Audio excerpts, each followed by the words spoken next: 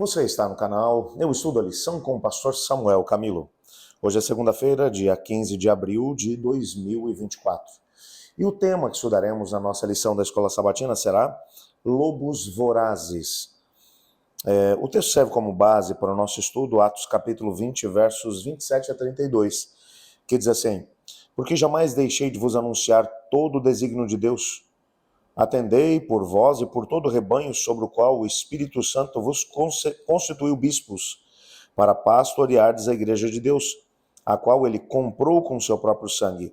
Eu sei que depois da minha partida entre vós penetrarão lobos vorazes, que não pouparão o rebanho, e que dentre vós mesmos se levantarão homens, falando coisas pervertidas para arrastar os discípulos atrás deles.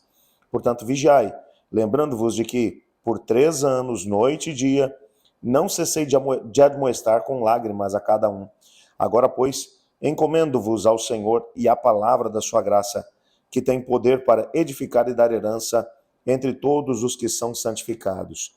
Há um outro texto ainda que eu gostaria de compartilhar com vocês, que é o texto de 2 Tessalonicenses, capítulo 2, a partir do verso 7, que diz: Com efeito, o mistério da iniquidade já opera, aguardando somente que seja afastado aquele que o detém. Então será de fato revelado o iníquo, a quem o Senhor Jesus matará com o sopro da sua boca e destruirá pela manifestação da sua vinda. Ora, o aparecimento do iníquo é segundo a eficácia de Satanás, com todo poder e sinais e prodígios de mentira, e com todo engano de injustiça aos que perecem, porque não acolheram o amor da verdade para serem salvos. E por esse motivo, pois que Deus lhes manda a operação do erro para darem crédito à mentira, a fim de serem julgados todos quantos não derem crédito à verdade. Antes, pelo contrário, deleitam-se com a injustiça. Nesses dois textos, o apóstolo Paulo ele está trabalhando a ideia de que o mistério da iniquidade, e ao mesmo tempo ele vai mencionar aqui no versículo 7 exatamente o mistério da iniquidade, e de 2 Tessalonicenses, e lá no texto de Atos, no capítulo 20, que é no contexto da pregação do evangelho na igreja de Éfeso, ele já mencionava que apareceriam no meio deles mesmos lobos vorazes que não poupariam o rebanho.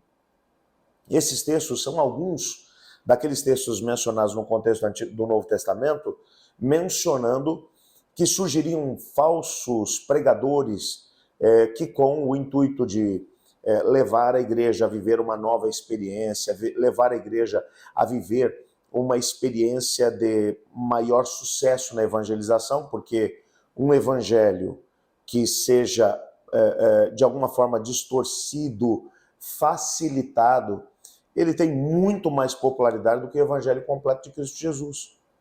O evangelho completo de Cristo Jesus exige renúncia.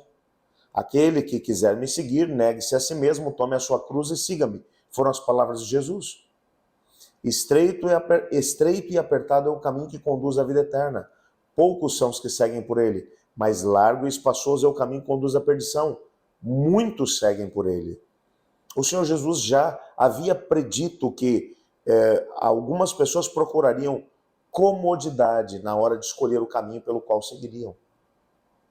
E é claro que quando você pensa na realidade da igreja do 4º e 5º século, que fez tantas concessões, que permitiu que tantas heresias entrassem na igreja, que tantas verdades centrais da Escritura Sagrada fossem colocadas de lado. Ontem eu cheguei a mencionar o próprio sábado do 7º dia, mas não apenas isso.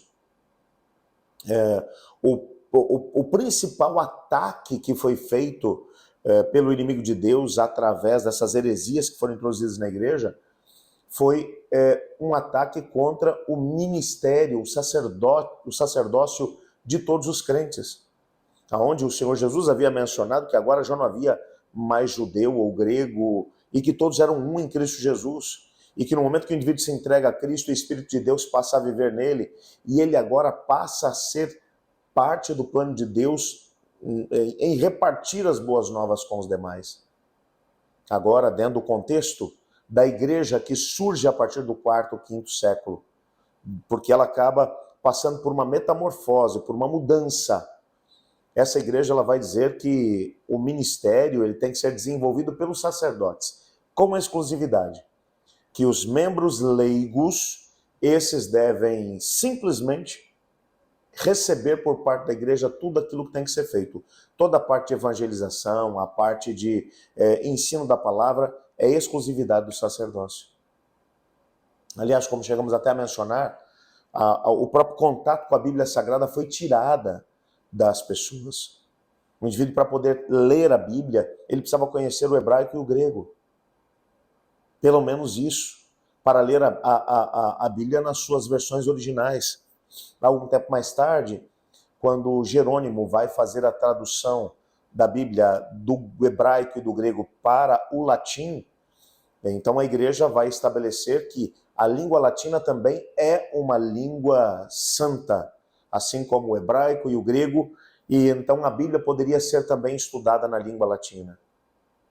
E a cada dia, mais e mais heresias eram introduzidas no contexto da igreja.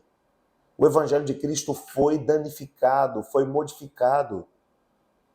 E o apóstolo Paulo mencionou que esta seria a atuação do poder do mal no meio do povo de Deus.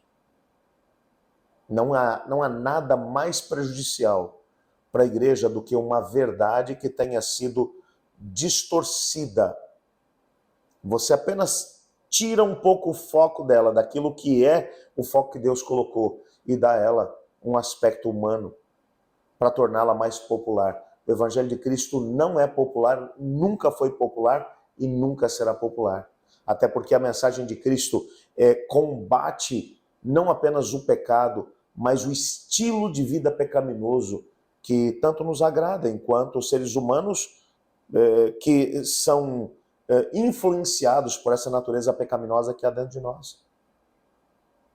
A igreja fez isso e parece que ela até prosperou, porque ela cresceu, se desenvolveu, tomou conta do mundo, a própria igreja se tornou rica, uma das maiores fortunas do mundo estava nas mãos da igreja, por conta exatamente desse processo que a própria igreja desenvolveu. E a grande questão, no meio disso tudo, valeu a pena? O estrago que a igreja corrompida, imaculada, por ter distorcido o Evangelho de Cristo, causou na história é sem precedentes. Não é à toa que a própria história vai mencionar que o período medieval é chamado de a Idade das Trevas. Trevas no conhecimento científico, trevas no conhecimento espiritual, tudo isso porque a igreja perverteu o Evangelho de Cristo Jesus. Bom, amanhã nós teremos a oportunidade de nos aprofundar um pouquinho mais nesse estudo, entendendo a temática protegidos pela palavra. Ore comigo. Obrigado, Senhor, porque tua palavra nos orienta de que pessoas mal intencionadas sempre procurarão distorcer a tua palavra. Ajuda-nos a viver a tua palavra, pois é em nome de Jesus que oramos. Amém. Eu estudo a lição e você?